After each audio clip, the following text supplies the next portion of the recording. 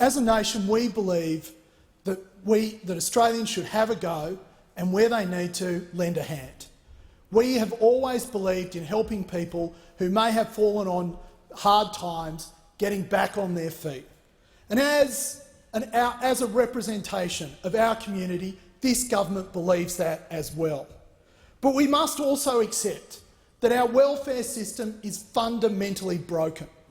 If you are on welfare and stay there, you will be subject to higher crime rates, lower income, higher health risks, lower lifespan, higher family breakups and lower educational outcomes. Everything that should be up in our welfare system is down, and everything that is down should be up. And the chances of passing these outcomes onto your children is so improbably high that all of us should hang our heads in shame that we allow it to continue to go on. This government, the Turnbull government, is determined to break the cycle of poverty that has been part of the welfare system for decades. Now, I know those are opposite would never ever chase down a personal debt. I know that their generosity is renowned throughout the land. For example, the party of Mark Latham, a man who came into this parliament and said that it is appalling that politicians should enjoy such generous superannuation. But the minute he left, didn't have one problem claiming his taxpayer-funded, CPI-adjusted, ongoing superannuation payments that allow him to be a perpetual commentator on Sky News. Or Eddie Obeid, indeed the member for Barton, comes from that part of the Labor Party. Who can forget the generosity of Eddie, with coal mines being handed out wherever it needs to?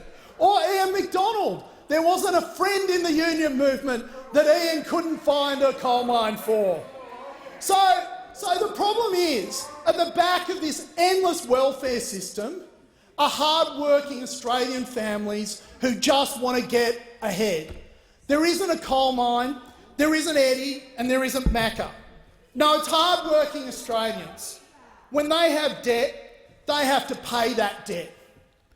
And they wonder what we're doing, spending $170 billion a year making things worse for those people on welfare. This is probably why the Leader and the Deputy Leader of the Opposition, when they held positions of responsibility, introduced data matching and the online system, because they knew that this was the right thing to do. No wonder the member for Barton is hedging her bets, telling the Australian that she can't guarantee that in every case of the people she's put forward that they're innocent. For the member for Barton's generosity with other people's money is inexhaustible. Let us be clear. Many of the people that the member for Barton has highlighted as being disadvantaged by this data matching system owe over $10,000 to Australian taxpayers. That's hard-working families. These are resources that could be directed to helping those who need help, to helping those people who have genuinely fallen on hard times, or paying back Labor's debt that now stands at $430 billion. But that is what you get from Labor: higher taxes, higher spending and higher debt. A war on hard-working Australian families who just want to get ahead. That is why they betrayed them in government and will do so again if ever given the opportunity.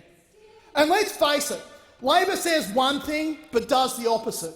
Who will ever forget their concern about superannuants with $1.6 billion in their accounts having to pay tax? Who can forget? I mean, there were members of my community who were coming to me saying, but Labor's going to stand up for us. They couldn't believe it after the election.